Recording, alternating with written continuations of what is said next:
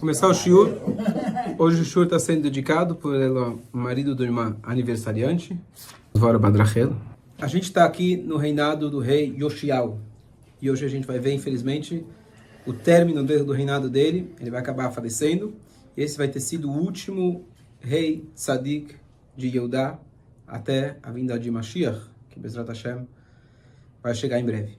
O que ele estava fazendo? Ele estava limpando todo o reinado da idolatria. Eles tinham descoberto um Sefer Torah da época de Moshe Rabbeinu, que na página onde eles abriram da Torá, falava das maldições, inclusive que eles seriam expulsos da terra. Está em dia, Shmil?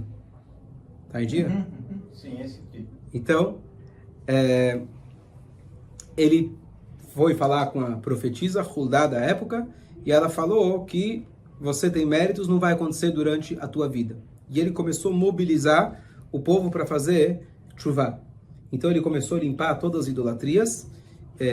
A gente inclusive falou que uma das idolatrias que eles tinham lá eram as carroças que saíam do templo, iam saudar o sol todos os dias de manhã. Aqueles que, Deus nos livre, queimavam seus próprios filhos para a idolatria. Práticas completamente repugnantes e proibidas pela Torá. Então, continuando. Depois que ele terminou de limpar Jerusalém, que é onde o núcleo do povo que tinha sobrado, que eram as 3 tribos, tinham ficado, ele agora vai partir para o reino de Israel, que já não existia mais. O que ele vai fazer lá? O reino não existia mais, mas sobraram alguns Yehudim, que eles conseguiram escapar quando o rei Sanherib, da Assíria, ele invadiu e ele distribuiu, exilou as 10 tribos.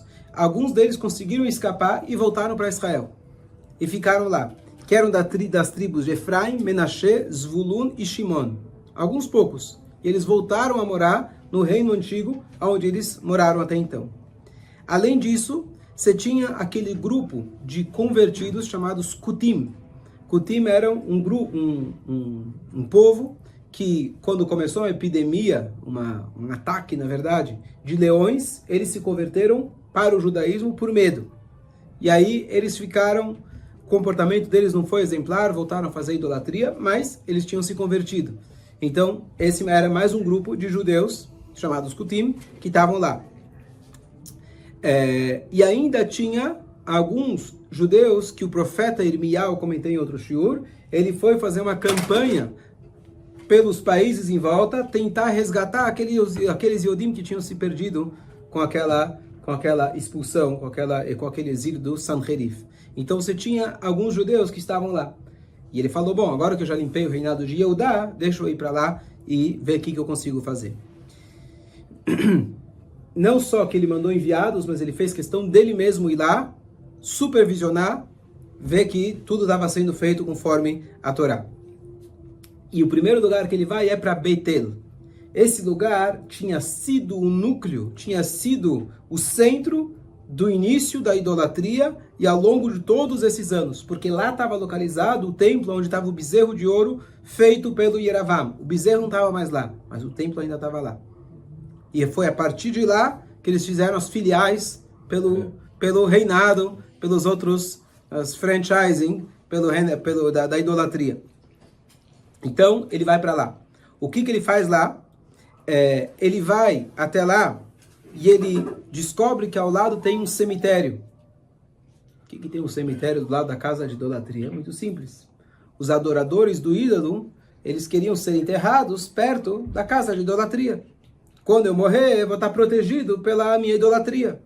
O ponto onde chegava a crença deles na idolatria. Então eu comentei na última aula que os Yehudim, a gente tem alguns comportamentos muito esquisitos, que algumas mitzvot para a gente são muito importantes, e outras, às vezes ao longo dos séculos e do exílio, a gente acaba não dando tanta importância. Se você for tentar fechar a matemática, não faz muito sentido. Dei alguns exemplos semana passada, mas aqui está o exemplo de que eles faziam idolatria, que é o pecado mais grave. Os primeiros 2 mandamentos dos 10 é não fazer idolatria, acreditar em um Deus e não fazer idolatria. Então isso eles encontravam um desconto aí, davam um jeitinho. Já as leis de pureza e impureza, isso eles tomavam cuidado. Opa, isso eu não posso fazer. Então, o rei, conhecendo essa psicologia dos judeus, o que ele fez? ele pegou aquele cemitério dos judeus e levou eles e transportou eles para o lugar do templo, porque ele queria inutilizar aquele templo. E ele sabia que se tornasse um lugar de mortos, as pessoas iam tomar cuidado para não entrar lá, para não se impurificar. Então ele pegou eles, bom, era aqui, vocês rezavam, vocês queriam estar, eu vou facilitar para vocês. Vocês queriam estar ao lado da idolatria? Não tem problema, eu vou colocar vocês dentro. Entra lá, não precisa pagar Hevra Kadisha nem nada. E ele colocou eles lá. Isso é uma prática que ele estava fazendo isso já no reinado de Yehudá, pegando alguns lugares e colocando os seus adoradores lá mesmo, ou outro lugar que ele encheu de carcaça, como a gente viu, do Geinome, etc., de animais, etc., para inutilizar aquele lugar. E dessa forma ele sabia que ninguém ia chegar perto.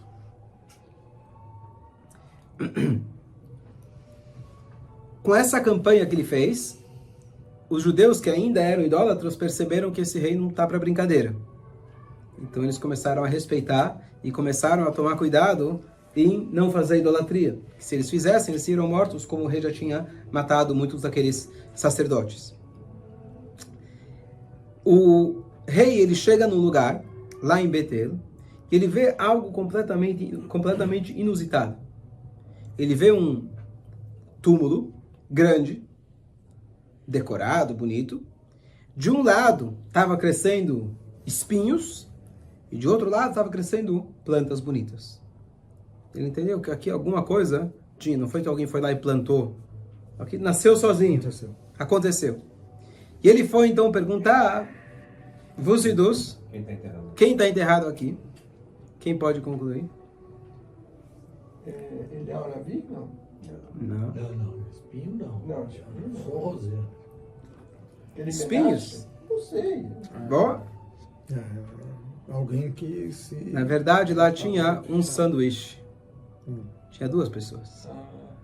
E por isso de um lado cresceu espinho e do outro lado cresceu flores, plantas. Quem era? Então a gente viu já faz um tempo atrás, tinha um profeta chamado Ido. Ido era o nome desse profeta. Ele veio, admoestou o rei, tentou aproximar, etc. E era comum naquela época ter profetas falsos. Inclusive está na paraxá dessa semana. Hoje não é uma profissão que dá muito dinheiro, porque ser profeta não tem muitos por aí. Mas antigamente que tinha muitos profetas, então o cara viu, o profeta está dando certo, eu vou virar profeta também. Então era uma coisa que dava ibope. As pessoas tinham muita fé nesses profetas, etc. Então, esse profeta falso, quando ele morreu, ele queria se garantir. Ele falou, eu sei que eu sou falso, mas eu vou me enterrar junto, ter um bom vizinho, eu quero que me enterrem junto dele, aí eu vou estar garantido. Vale isso? Serve? É uma tentativa. Por incrível que pareça, adiantou um pouco. O que eu quer dizer adiantou um pouco? Realmente, ele teve seus pecados, digamos, de alguma maneira... Desculpa. Primeira coisa, não adianta você ser enterrado do lado de quem for. Você tem que fazer justo, você tem que fazer por merecer. Não adianta ser... não é pelos outros, ou garantir que você vai comprar, ou garantir que você vai ser enterrado aqui ou ali. Mas, ao mesmo tempo, a gente sabe que tem um impacto muito grande onde a pessoa está enterrada. Quando a pessoa, infelizmente, precisa ir até o Hevra Kadisha, que não aconteça nunca mais, mas chegue hoje. Mas a pessoa vai lá e fala, bom, quanto custa? O que eles vão te falar? Onde você quer ser enterrado? Face norte, vista para praia, área velha, com suíte, sem suíte. Bom, não é esse tipo de pergunta que a gente tem que ter. A pergunta, sim, é importante saber quem está ao lado. É importante, isso vai afetar os vizinhos. Porque se o cara lá faz festa à noite, vai atrapalhar. Só que a festa dele não é com música, a festa dele é de outro tipo. Os vizinhos, depois dos 120, faz diferença. Então vale a pena sim você estar ao lado de pessoas que você sabe que eram pessoas boas. Isso sim vale a pena. Não sei se vão te dar essa informação, mas isso sim é válido. Então ele desejou isso, esse profeta tinha, apesar de ser um profeta falso, ele tinha alguns méritos. Então Hashem falou, é isso que você quer? Fica. E por incrível que pareça, agora que o rei Yoshiao chega lá, ele não tira. O que ele poderia fazer, tá fácil de identificar quem é quem. Não precisa de teste de DNA nem nada. Um está florido, outro não está. Ele não fez essa separação. Por quê? Porque você remover um corpo é um sofrimento para a alma. Às vezes, isso é necessário, especialmente quando Rússia, por exemplo, Europa, iam construir uma estação de trem em cima, iam construir alguma coisa. Muitas vezes, Yehudim tiveram que ir lá, inclusive, roubar os corpos no meio da noite, etc., para conseguir salvar o que eles podiam. Então, é uma mitzvah muito grande você fazer isso. Porém, só se é por falta de opção. Ou se alguém vai para Eretz Israel, e etc., tem as condições de como fazer isso, etc. Mas, de maneira geral, obviamente, sem necessidade, isso não vai perturbar. Mas ele fez isso, né? Ele com os pecadores ele fez. Muito bem falado. Então, o que ele poderia fazer aqui seria abrir o túmulo, tirar o perverso e deixar o outro descansar em paz. Mas ele não ia saber também? Não, eu falei, estava fácil de identificar, porque um lado estava florido, o outro não. Mesmo assim, ele não fez por quê? Porque o fato dele abrir e incomodar o tzadik, ele já não queria fazer. Então, se ficou assim, Hashem decidiu e ficou por isso mesmo. Claro, é um tipo de caso completamente inusitado. Quem somos nós para poder legislar se acontecer uma coisa desse estilo? Já contei uma história famosa que tem, o cara foi enterrado no lugar errado, etc. E tudo tinha sido planejado por Hashem, mas assim, é importante o lugar onde a pessoa, vai ser enterrada. Mas o rei, ele deixou eles lá. Então é só um fato curioso que aconteceu. Eu só queria aproveitar para saber para nós, Alahá, o que é importante em relação a isso. Então você não vai mexer com alguém desnecessariamente.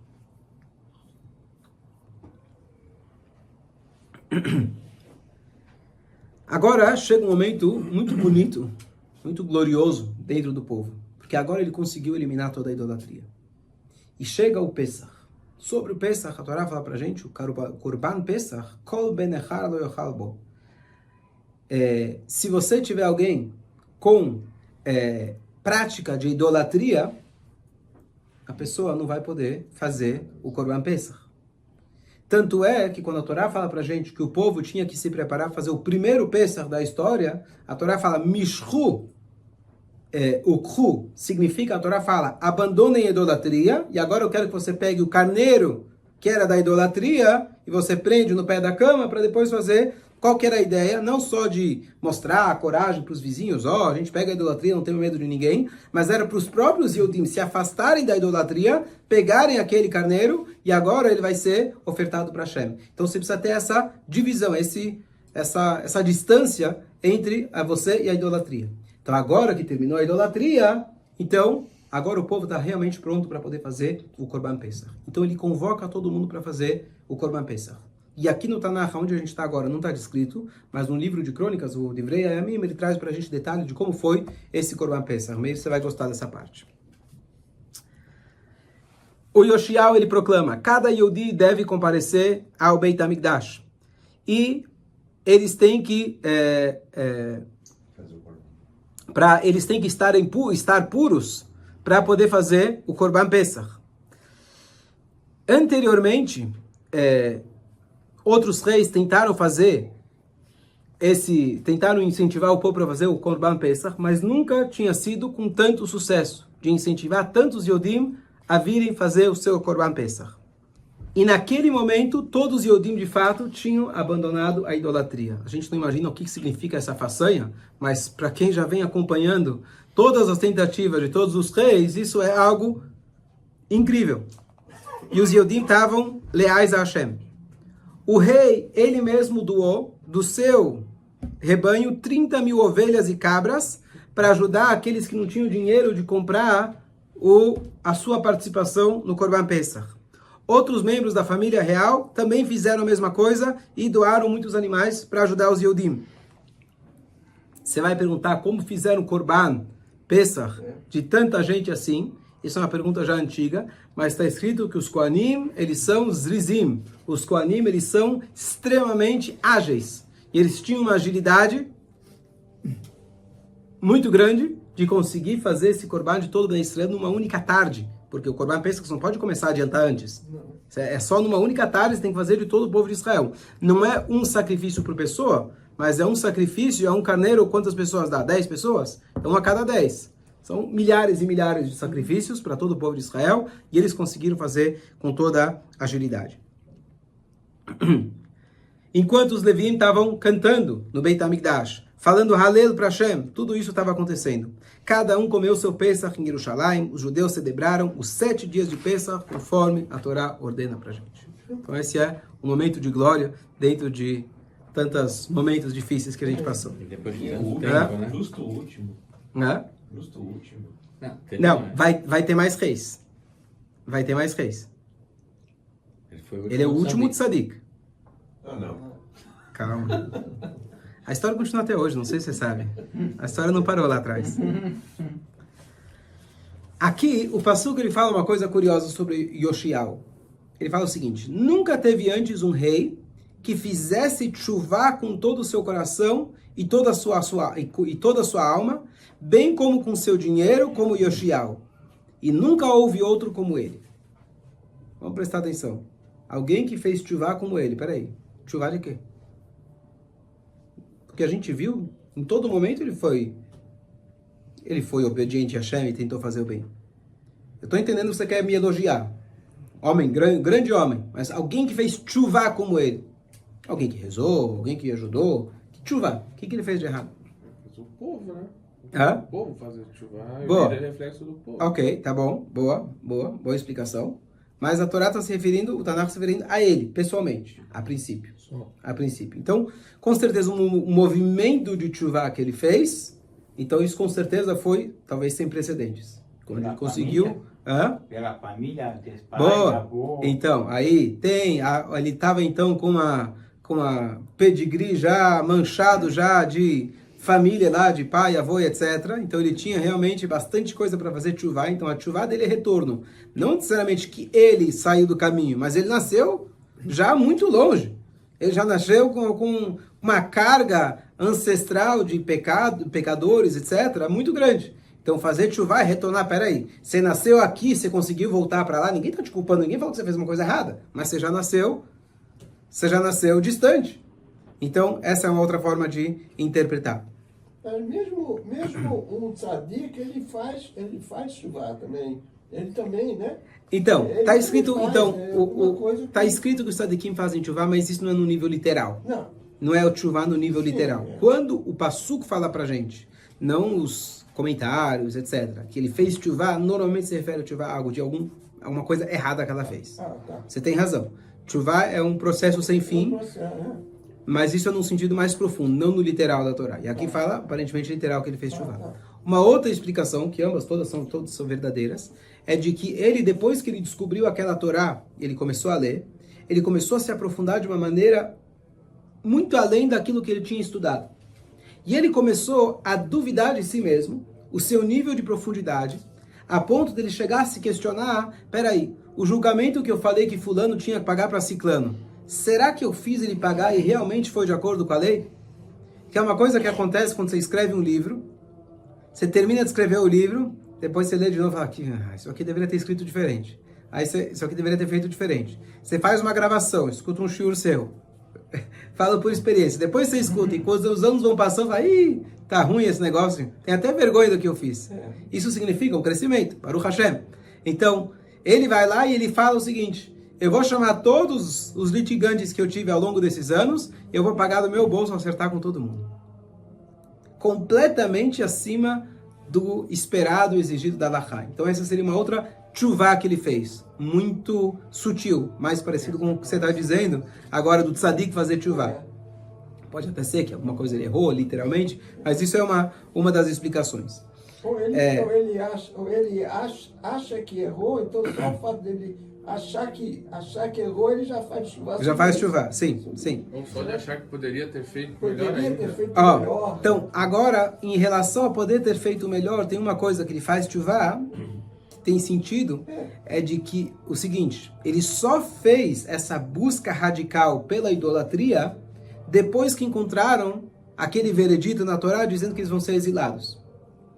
Ele já tinha feito uma limpeza, só que ele parou e percebeu, peraí, se está com essa maldição da Torá, quer dizer que a limpeza não foi bem feita.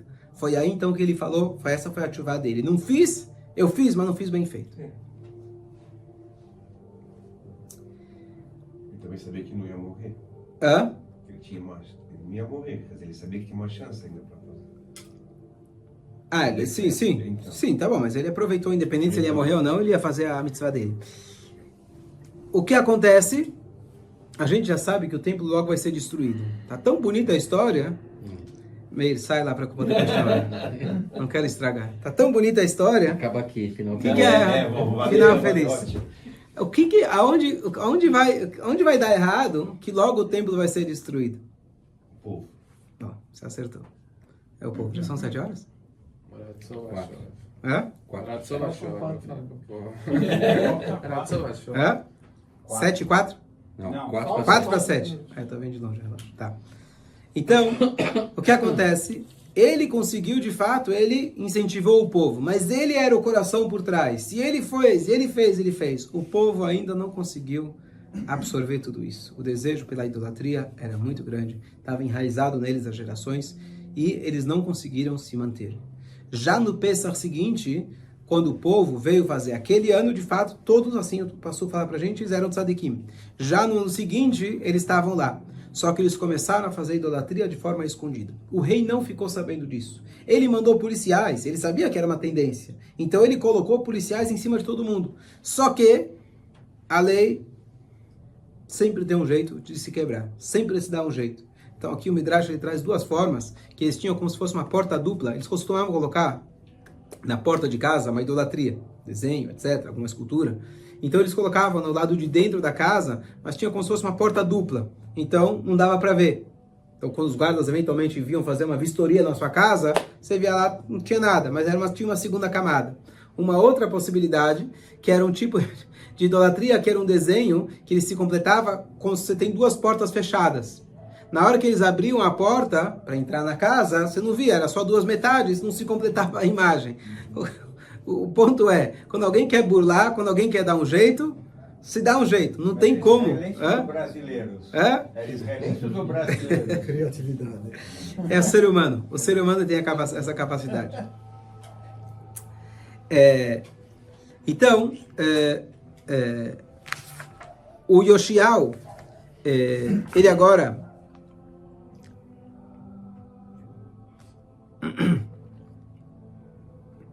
O Yoshiao agora vai falecer, mas para não terminar com o falecimento dele, a gente continua na próxima Bezrat Hashem, falta pouco, mas ele foi um dos maiores tzadikim que a gente teve, dos reis maiores, mais tzadikim que a gente teve.